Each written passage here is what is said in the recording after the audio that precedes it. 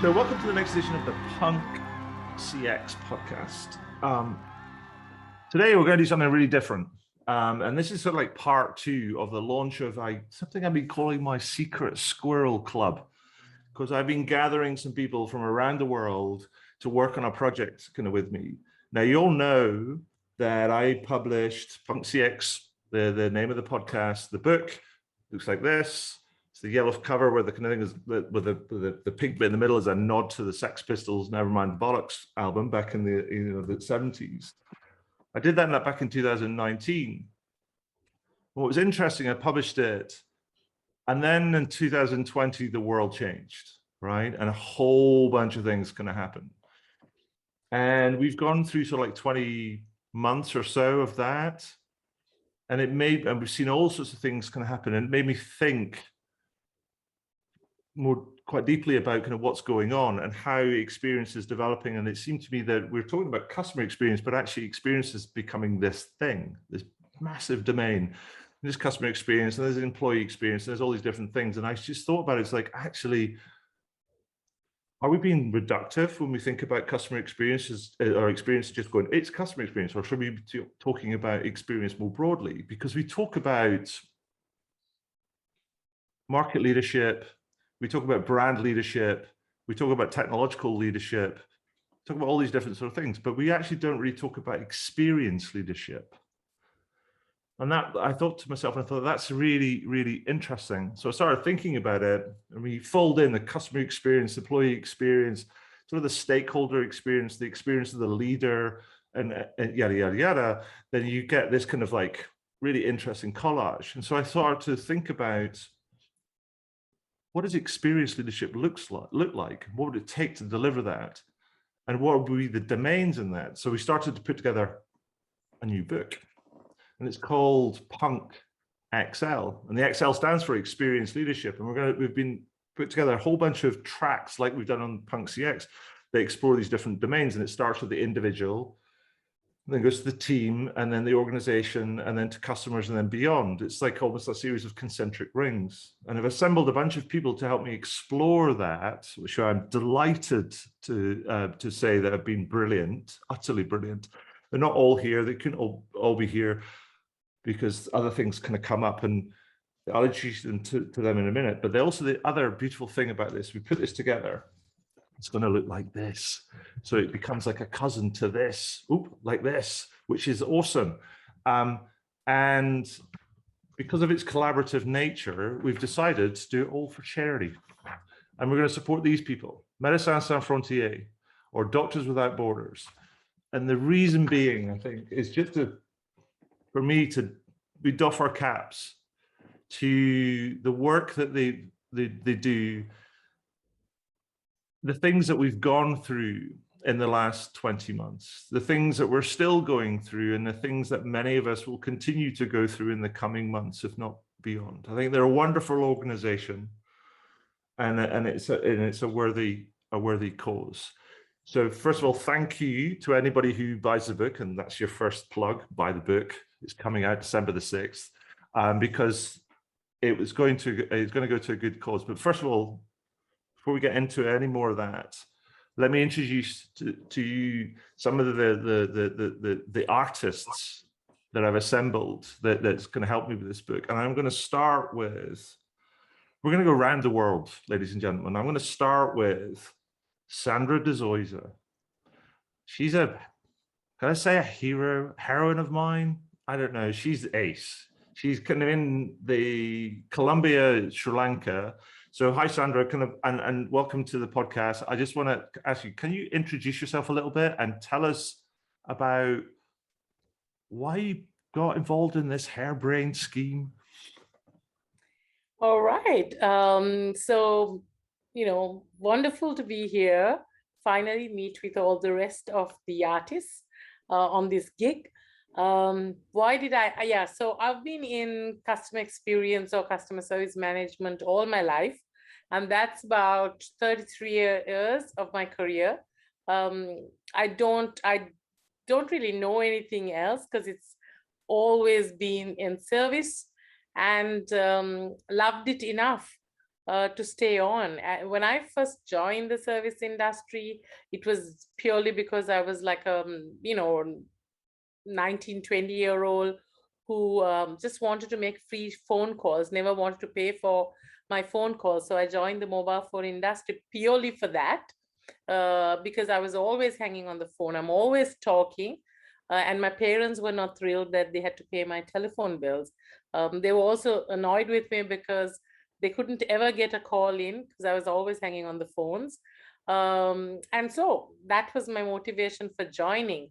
When I did join, though, I loved every bit of helping people. And then that kind of formed, the entire customer service industry, I think, in Sri Lanka some 33 years ago.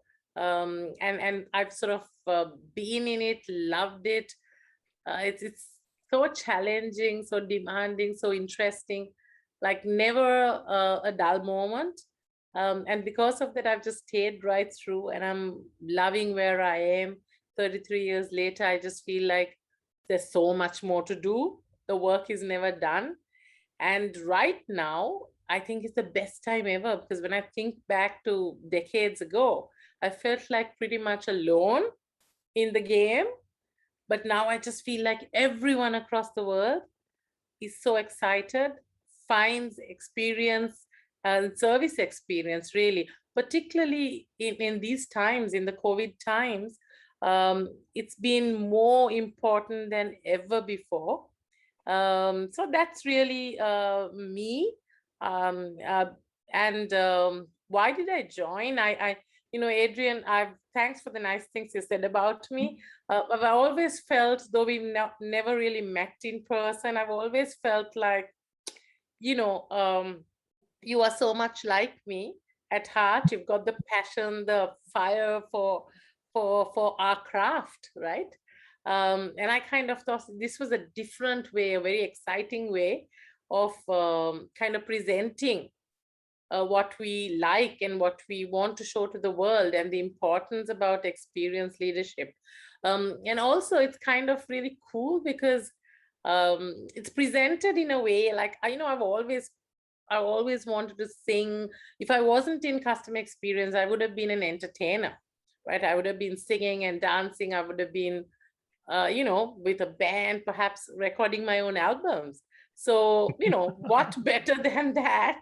If this is my second chance at it, I'm doing something similar, but in what I like, which is experience leadership and service. So that's it. Awesome. Thank you so much, Sandra. And so I'm going to try to see if I can get this kind of right. As I come west, I think that I might come to Sandra Thompson first before I get to Richard, because I think, Sandra, you're probably closer to London than Richard, kind of like right now. So I'm trying to figure out my spatial geography sort of thing. So Sandra, tell us a bit about yourself, and then and also why did you get involved as well? Thank you. So I think geographically I am just a little bit further over, so that's all good. I'm going to get you a globe. That's what I'm going to do. I'm going to get you a globe for Christmas. Right. So I do three things. I teach customer experience and a bit of emotional intelligence to 18 and 19 and 20-year-olds, which is quite incredible because, in fact, they think I'm teaching them. It's not quite true, because I'm always learning such an incredible amount from them and how I need to broaden my mind and how new things are coming up, new perspectives. I run a consultancy that looks at both customer experience and also employee experience. And then to top it off, I'm an emotional intelligence coach. And that's really where I found my groove, in the emotional intelligence, the empathy, the really how to be more human space. And that's what I really value and admire about you, Adrian, because you ask me some of the most difficult questions that I have ever known. Yes, indeed. And I love that. And so when you said, I'm going to do this thing, do you fancy being part of it? I couldn't even get to the end of the sentence and the email went straight back saying, yes, of course. Because when I read Punk CX, it stopped me in my tracks. And I don't read many books that do that. And I think that it's now that we need to get people just to pause for a moment, something to disrupt them, to get them to think slightly differently. And rather than go through the same yada, yada, yada, yada, stop for a minute and be inspired, be stimulated, be intrigued, be frustrated, be angry with what you are reading, because we need to get you to respond to something. And so when you asked me, of course, the answer was yes. And then it was like, what do I need to do? And what are you really talking about? So Secret Squirrel, I'm all up for. And I just want to say thanks. And also respect due to all the other contributors. Some of them made me cry. Some of them made me angry. Some of them made me joyful. So I'm really pleased. So thank you so much. Oh, crumbs, you're making me cry. Yeah, but thank you so much, Sandra, and also just for everything you do. I think you're a pioneer in your space, and so it's an honor for me to have you kind of involved. And so before I get all mushy, I'm going to kind of pass it on to kind of like Richard and say, because I think then if I keep going west, you're the next up, Richard. Okay. Yeah, I love that way of choosing, because my company's called Uncrowd. And every time we do a bloody panel or a presentation, starting with the letter U means we're last. And, so you get that bit where everybody else has dropped off, and we get the 3 people who've just forgotten to turn their camera off. But yeah, so I've been a retailer for 36 years, since I was a 15-year-old, in a electrical retail store. In my first couple of weeks of doing that, I found myself stood in the middle of the shop floor, watching people waving wads of cash at us, literally wads of cash. It was 85 was the last year that cash was the predominant payment method for our industry. And it occurred to me as I stood there, even as a 15-year-old, was, why here? Why have they come to our store to buy these things instead of the numerous other alternatives? And actually, I did a bit of research for one of my books a couple of years ago, and discovered that at the time that I was in that store, there were 19 places in Oxford, where I lived, that you could buy the same thing that we were selling.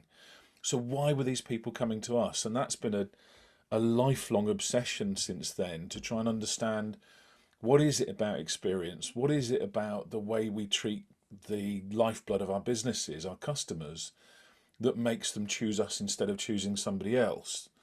And it was, I kind of reflect on the change that we've seen in that time. That was 1985, I was 15, and in our particular company, our entirety of our differentiated customer experience was, if you wore a white butcher's coat, you were allowed to talk to customers, but if you wore a blue butcher's coat, you weren't. And that was it. That was the entirety of the thought that went into that. And I dressed my butcher. We weren't a butcher's, we were an electrical retailer. I dressed my butcher's coat up with a bow tie and kind of stickers on my clipboard, iPads. The kids don't know they're born. And, try to make myself stand out in that experience. But what's happened since, and this is why things like your project, Adrian, is so important, is that for the first 25 years of my retail career, customers were the inconvenience that a logistics business had to accept were part of getting product from production to revenue. And all through that time, you'd get the odd exception, but you'd get broadly, in the bulk of management around retail, people who would talk about customers as this odd, unknowable group of people who got in the way of the things they really wanted to do. What's changed is that we have gone from essentially retailers and vendors being able to dictate to customers to a broad degree, to a point where 2 things have happened. One is that we've suddenly got massive visibility of our choices as customers. And the second thing is we've got safe, easy access to those choices in a way that we never have before. And those 2 things have conspired together to create what I call a choice economy. We live and exist in the choice economy now. And anybody who's selling to customers, anybody who depends on independent thought to drive revenue towards their business, has to accept that they are in a CX business. They're in a choice economy. And so, you know, the question that you asked as to why we've all got involved in this, Adrian, for me, there's a number of reasons. The first is huge respect for you as a practitioner. Your work and your approach to this is fantastic. It's fresh and it's kind of lively, and you've got a zeal for it that makes people want to line up behind you, and that's a powerful thing. The second was, I just loved Punk CX. I thought it was a fantastic book, and it sits on my shelf in the office, and I regularly fling it at members of the team and say, just grab something out of there and then let's workshop something around a couple of pages of it and see what falls out of it. It's a no bullshit distillation of the challenge that we face, but also the opportunity of the choice economy that we're now in. Awesome. Thank you so much, Richard. And continuing on, if my geography is correct, I'm going to come to your neighbor on my screen, which is Ari, who is based in Ann Arbor in Michigan. Before we can come to, last but definitely not least, Karen. But Ari, first up, tell us a bit about yourself, and yeah, why harebrained scream? Why did you get involved? In my business or in your project? I guess. The business one that's for another time. Another story. Let me back up. So I'm in Ann Arbor, Michigan, which is not unlike Oxford, university town in southeastern Michigan. So we're in the middle of the U.S., which people around the world forget exists, but we're not in New York, we're not in San Francisco, we're not in Washington, Miami, or Las Vegas. So really, we're not even close to any of those. But we started our business in 1982, so we're about to have our 40th anniversary. So most of my life has, like some of you or all of you, been spent in this work. And we started with just 1,300 square feet. I don't know how to translate that quickly into the metric system, but somebody else can. With myself, my partner, Paul Saginaw, and 2 employees. And without getting into all the history, today, 40 years later, we have a community of businesses that includes the original deli that we started, which has expanded a bunch, a bakery, a creamery, our training business, a restaurant, couple restaurants, an event space that's an early 19th century farmhouse and a barn that we renovated, a food tour business, which is a terrible business to be in during a pandemic, and a little candy business, coffee roasting, some other things. And then in my spare time, as you know, I write books. Why did I get involved in your project? Because let's see, we have a shared interest in music, and you made it the first one look like the Sex Pistols, so who would say no to that?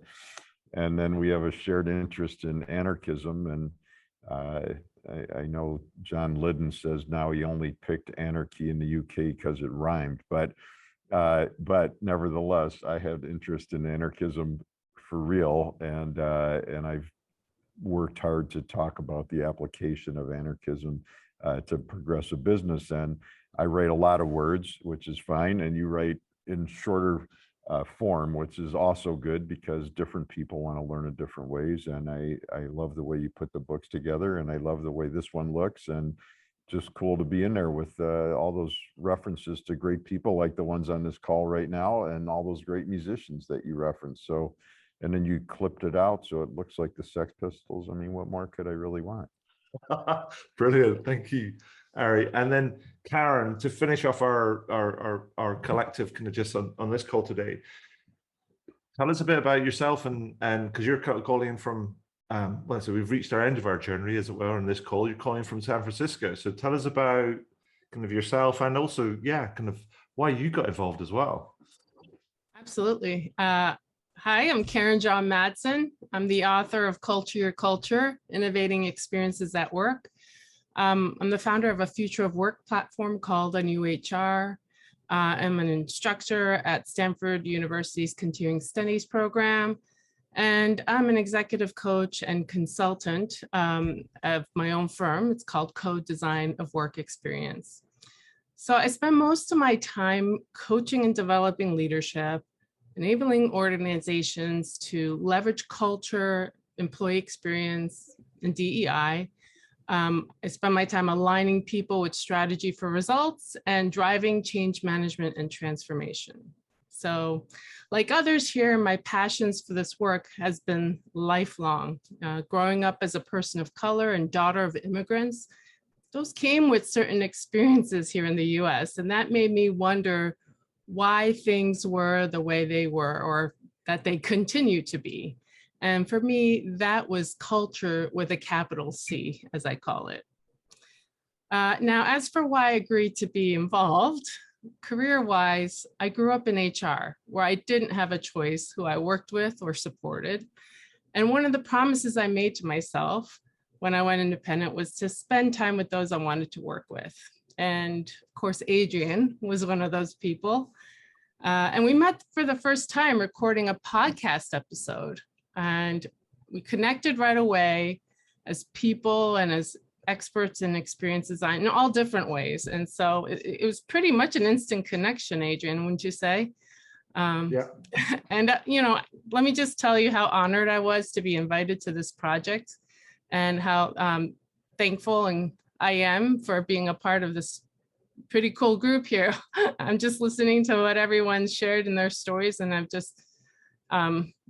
just feeling even more and more proud to be included in this. So thank you again, Adrian. Crumbs.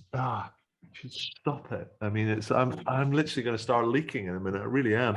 Anyway, moving along swiftly. I want to kind of ask you all to kind of give us a flavor of the book, because as you know, it's organized like Punk CX is organized like it's inspired by musical albums, particularly punk albums. So many of the it has tracks rather than chapters in the different sections, and those tracks are, in true punk style, are largely short and to the point, and they are meant to be provocative, challenging, potentially controversial, but to give people a flavor of some of the stuff in the book, I'd like you to go around and I'd like you to kind of to tell me a little bit. Tell me your favorite tracks. You've seen a draft, so pick your favorite track, but on the only condition is you can't pick your own, so you have to pick somebody else's. So I'm going to mix it up this time, and I'm going to come to Richard first, because I'm going to keep you on. This is like a random sort of like, those game shows where you have this kind of the colored squares, and it stopped on Richard. Richard, you're up first. Favorite track? What do you think, sir? Yeah, so my favorite is one that on the face of it seems like an obvious thing to think about, but actually in practice is something that we need to be reminded to do all the time, and it's the problem pause. And that idea of spend more time thinking about the problem than you do getting on to starting to come up with solutions. And it's such an obvious thing. It's one of those things that you could have on a desk calendar that says, hey, step back from the problem and think about things before you act. But we don't do that, particularly in customer facing business. We go, shit, problem, fix. And we're constantly fixing, we're constantly bandaging stuff. Something's let somebody down at this point in the customer journey. Right, let's put sticking plaster on that. And you end up with these horrible Heath Robinson machines that are all bandage and sticky tape that don't really have a relationship to what the customer actually wanted out of you in the first place. And there's a good example of that really gets me going, which is if you do customer feedback. So if you ask your customers what they want from you, which incidentally I think is one of the dumbest ways of looking for preference and looking for improvement in your business you could possibly consider. Yeah, give customers a voice, a channel to tell you why you've pissed them off, because we love to be heard, but don't base your strategy on people essentially giving you their Christmas lists. But you'll get somebody who'll say, I don't know, I want more choice from you. As a business, you need to give me more choice, because I came to you for some brown shoes and I didn't get any brown shoes, so show me more brown shoes. When actually what that person really means is, I didn't find the brown shoes I wanted. You failed me to show me the brown shoes I wanted. That's what they're actually asking you to do, is to fix the way that you put the right product in front of them and the right experience in front of them. But the knee jerk from us as customers is to say, well, I didn't find what I wanted, show me more stuff. So that idea of stepping back from it and saying, right, okay, here are the problems that have just emerged in this experience. What do they actually really mean? Are they problems relative to the way we do business, or are they problems relative to the way that other people do business? Do they make us relatively less attractive than somebody else? Does fixing these immediately actually help us to take more money from customers more often across more opportunities? What's really going on? So that one really, really stood out, and I'm going to stick that on my wall as just to remember to pause, think about the problem, and the way that the author wrote that. And I apologize, I can't work out who did it from the draft I'm looking at. That's yours. Is that name off it, Adrian? Very modest. But it's that thing of just gather the evidence, really understand the context of the thing that you're looking at, and then do something about finding a solution. Brilliant stuff, Adrian. Thank you, man. And then the random squares go around again. I'm going to come with Ari this time first because he looks slightly startled. That's just to keep you paying attention. So thank you. Well, they're all good, to be honest. But I'm going to go with Sandra Thompson's because I've been writing about emotion also, and she summed up a lot that I think is so important. I can only share my own childhood experience, but it's not an uncommon one, especially for young males in the U.S., at least when I grew up. But we're not encouraged to share emotion. When we are, it's mostly in the athletic events or in unhealthy ways. I love my mother, passed away many years ago, but used to say stuff like, "I'm not angry." Right, which is, at 3 is very confusing. And so then we spend many of us, our adult lives, going to therapy and trying to figure out how to unwind what looked like the color red, but everybody told you it was green, and it's kind of confusing. So trying to learn to embrace our own emotions and help people in the workplace, in our organization at least, to be able to accept the normal reality. Like, we all have emotions. You can't be too emotional. We're all emotional. It's impossible to stop. In fact, trying to stop makes it very unhelpful. And I thought all of Sandra's tips in there were right on the money. And they're helpful for us as individuals in our lives at large, as well as at work, because if we do know how we feel, and I think you wrote, take a minute and pause and just check what's going on. And when I write about it lately, I've been writing about it metaphorically, like the weather, which I think it turns out Sandra also does the same, because we can't stop in Michigan the snow coming in the winter, but we can. Right now I'm wearing a t-shirt. If I go out in the middle of February and it's below freezing and 6 inches of snow, I'm going to have a problem. If I dress appropriately, it'll be fine, and I may not love it, but it'll pass. And I think the same is true for emotions. So when we honor our own, when we honor other people's, it's super helpful. And I thought your page on that was great. So awesome. Back to you, Adrian. Thank you, Ari. What a great shout. And again, random squares again. This time it lands on Sandra Dezuza. What was your favorite track? Quite a few, actually. I liked lots of them. The reason I like a lot of them is because I am not so, I'm not great at reading very long stuff, that goes on and on. These are nice and short and interesting, and it gets to you super fast. So it's my kind of reading. There were 2. So one was the story on the left brain, right brain, but which I could actually resonate with. But the other that I liked even more, and one of my most favorite, was the one that talks about, are you really outside in, or are you still inside out? Right. For me, that one is so much, it speaks to me so much about what I'm fighting for the whole time.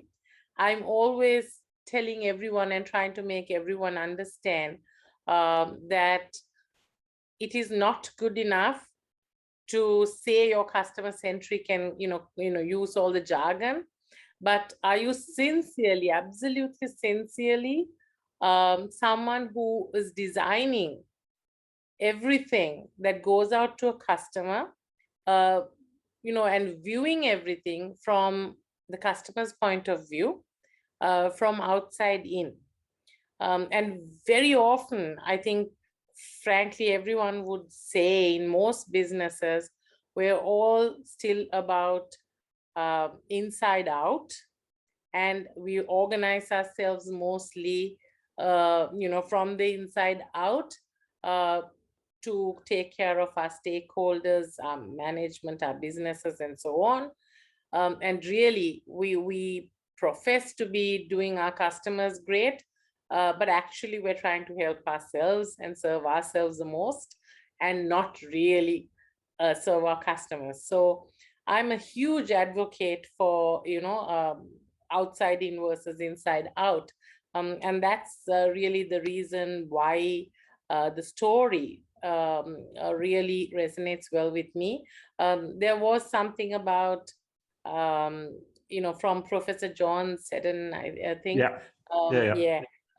You need to create a customer typology of demand and not an organization one, right? It needs to be based on the customer demand and not the organization's demand. So that one really absolutely is what I believe in. And we really do need to design a business that operates outside in.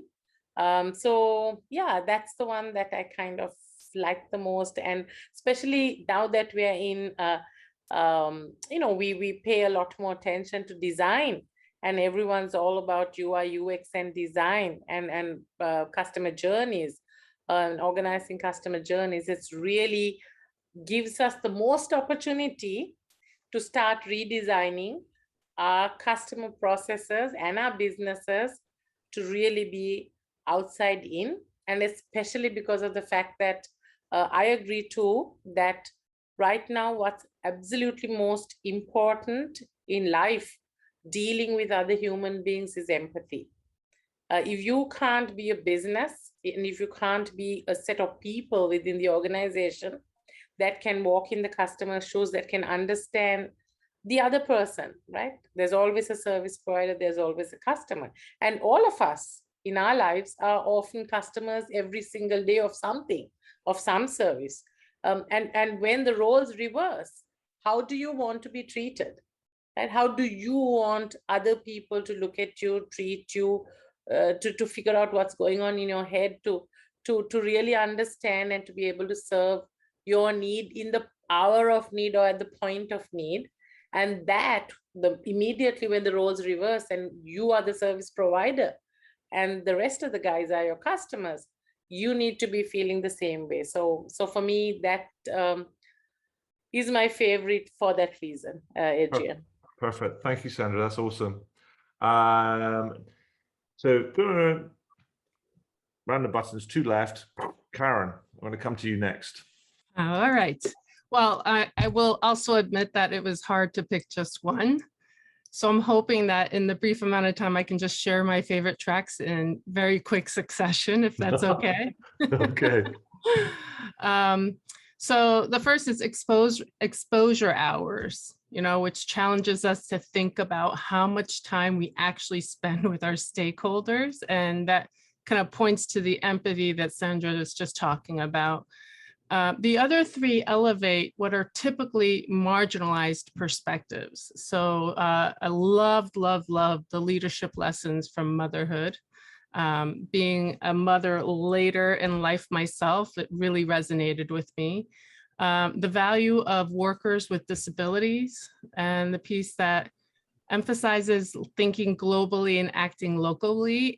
That last piece was so important. And often neglected, I'll admit, by my fellow Americans. So I think of all these perspectives, everyone really could learn from these diverse points of view that are often really not part of the main decision-making process. And so I think that this book did a great job of prompting in so many respects, but especially in these 4 ways. See, I couldn't even pick one. I had to do 4. Brilliant. Thank you. Thank you, Karen. And lastly, Sandra, Ms. Thompson. Thank you. So I'm adding a vote to Karen's point there. Mothers by Serena Riley. When I read it, I stopped and then I reread it and then I read it for a 3rd time, every single word really carefully. Why? Because it felt like it was making a point about depth, relationship, understanding, not only from a perspective of how we should know the people that we work with so much better, but also how we should know our customers so much better and our stakeholders, because the narrative takes you on this mini roller coaster of what it's like to be and what the strengths are and where the challenges are. And honestly, do we really know one another that well? And how different the world would be if we did know one another that well. And it really spoke to me because I thought of the people that I work with. I think there's a handful of people that I could say, I think I could write a short paragraph on what I think their life is like.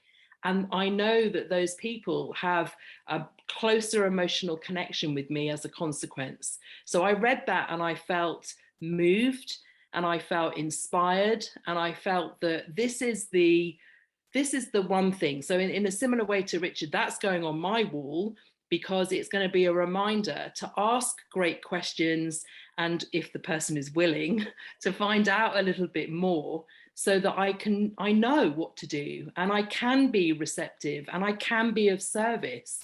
It was remarkable. Oh, I feel some posters coming on. I think there's going to be some offshoot posters going to go in, a bit like the things that are behind me. Oh, brilliant. We will talk about that later. But so I don't want to kind of keep you for kind of much longer because this is just a kind of a bit of a, it's part of a launch, to kind of promote it and to talk about the book and also to emphasize that the book is intending to try and raise this idea of experience leadership and what that means. It's not an answer. It's not a method. It's just the start of a conversation and it's sharing a bunch of ideas. And so if I was to kind of ask you to give me very quickly kind of like, a thing that you'd like to see either individuals or organizations do more of right now or from tomorrow, then what would it be? And I'm going to come back to Sandra first. So Sandra's up there, kind of on my screen. Oh no, yes, Sandra. All Sandra. right. Sandra. I've got 2 Sandras. I'm completely confused. That's Sandra Dezuza. Sorry. All right. So what is it for me? Right. If I think about it right from tomorrow, I want everybody to start thinking about the fact that we are serving human beings, other human beings. We are human beings serving other human beings. Yes, we're service providers and customers. Roles are changing all the time, but what is important is even the internal customers within the organizations, their experiences matter. So just like you say, if you really take care of your customers, the way to do it is you really take care of your employees, care for them, be empathetic, and then, it's like 2 sides of the coin. It will work out. Just treat people with respect, decency, courtesy, and try to solve their problem or try to genuinely help. Use your heart, and that's what I want to say. Awesome. So I'm going to pass it straight on to the other Sandra Thompson. What would be the one thing if you were to give people? I'm giving you the kind of, you can make you queen of the world for the day, and you can dictate or make diktats, as it were, and say like, today I dictate, and it will start from tomorrow. What would be the one thing? Today I dictate that people have courage. Aha! Courage, yeah, courage to do what's right. So actually, to build on what Sandra's saying, you know, it feels like right now, and I know that Adrian and I, we've had this conversation, the next few years, we have the opportunity to be courageous, not to do what we think is right, but to do what is really right. And that's the point about where you work, how you work, the relationships that you create. So courage, I grant you all courage, unlimitless courage. Perfect. I'm going to pass it on to go look at Sandra Dezuza just going, come on. I'm going to pass it on to King Richard, sir. Yeah, I would mint a new currency, and that currency would be kindness. I would like to see kindness given a real value, because the truth is, kindness is power. You can create empires on kindness. You can create fabulous experiences with kindness. You can propel your business along with kindness, or at the same time, you can enjoy being a human being by building your life around kindness. Companies can be kind. People can be kind. It's one of those weird things that if you say to a company, to a board, I've created a new strategy for you, and it's centered on kindness, the instant reaction you'll get today is, goodness me, well, we can't promise being kind. We need to, good. In fact, I was turned a huge global oil company. I had happy in a particular project strapline, and they said, oh, no, we can't promise happy. Oh, goodness me. Let's be kind to each other, because it has a payoff to it. Kindness is power. Fantastic. I love that. And you're now going to be succeeded by King Ari, who's now got the diktat kind of baton. Although I'm not sure he kind of like believes in kings and queens and things. I was going to say, you think people often on the outside will refer to what we do as the Zingerman's empire, and I'm like, you have the completely wrong metaphor. Exactly. No kings, man. No, But anyway, I get that. I love everything everybody said. Richard, I wrote a whole thing about kind Zen, and the idea that it needs to be a daily practice that we bring to everything. So that was beautiful. And I was thinking I got to take notes, but then I realized it'll be on the podcast. So I'll just take notes from that, because I couldn't switch gears fast enough, but I couldn't agree more with everybody. I think the thing for me is just, it's a little bit in line with what everyone's already said, but two things that I've learned from anarchism, among the many. One is that the means that we use to do whatever we do must be congruent with the ends we would like to achieve. And so much of the work world is run by yelling at employees to give better service or whatever. And of course, it's absurd. It will never work.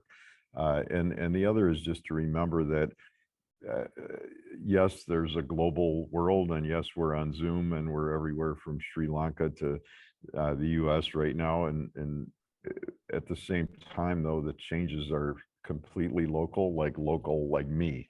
And so Howard Ehrlich was an interesting anarchist writer who said, who will make the anarchist revolution? And he said, each of us every day right now. So it's not about changing policy at the big level. Those things are important as well. But while they're all figuring that out, we can start by just being kind, as Richard said, by having courage and giving great customer service, because we're all human beings, and not only the customers, of course, to state the obvious, but the people we work with. And we may have a higher spot on an org chart, but we're not a better human being. And the street person living out front or sitting out front of the business is just as smart and creative as I am. And the more we remember to treat everybody with dignity and just to make a difference right now, the better it's going to go. Awesome. Thank you, Ari. I love that. And lastly, on to Queen Karen for your diktat for tomorrow, as it were. Right. I love this question. I'm going to pull concepts from the book, things like empathy, self-reflection and awareness, experimentation, learning, all of which are far too scarce in organizations and relationships today.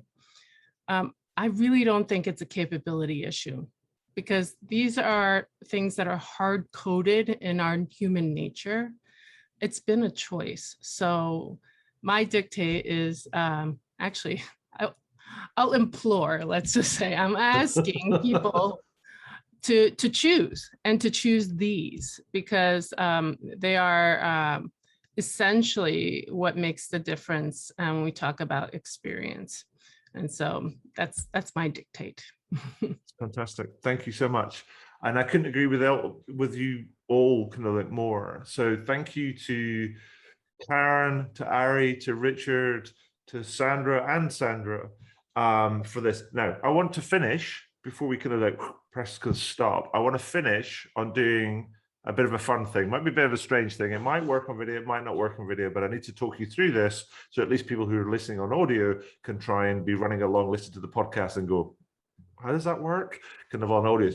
It's an experiential thing, we'll call it, right? So with your left hand, I want you to cross your fingers, right? Your first two fingers. And with your right hand, I want you to make an L, like a sign of a loser. Now imagine you're on your screen, you've got to figure out which order they need to go in. Is it like this? Is it XL? Or is it like that? I don't know which one it is. But anyway, that's the kind of the that's what I do, because I want everybody to kind of go to make the site, to make the thing of XL, because then we can get like a screen grab of everybody doing XL, and it feels like we're in a gang. Got it. Enough of that silliness. But I want to just say thank you once again to all of you, and to everybody that couldn't be here. We've got about, I think it's about 12 different, I'll show you the cover of the book again. We've got kind of like 12 different kind of people in here. Book is Punk XL, it's Adrian Swisco and friends. We've got all the contributors here. There's 12 of us kind of that have, well, the 12 of you plus, plus me, that have all kind of pitched in on this. As I say, it's all for Medicine Without, Doctors Without Borders, Médecins Sans Frontières, and all proceeds go to them because of the work that they do. Final thank you to everybody that's helped along this kind of journey. I salute you. I thank you. You're awesome. And thank you for bringing us together, Adrian. Yes, Thank up you, to you, Adrian. Thank you all. Pleasure, Adrian. So nice to meet you. And Sandra Thompson, I'll put you on my list to email you. You bet. Thank you.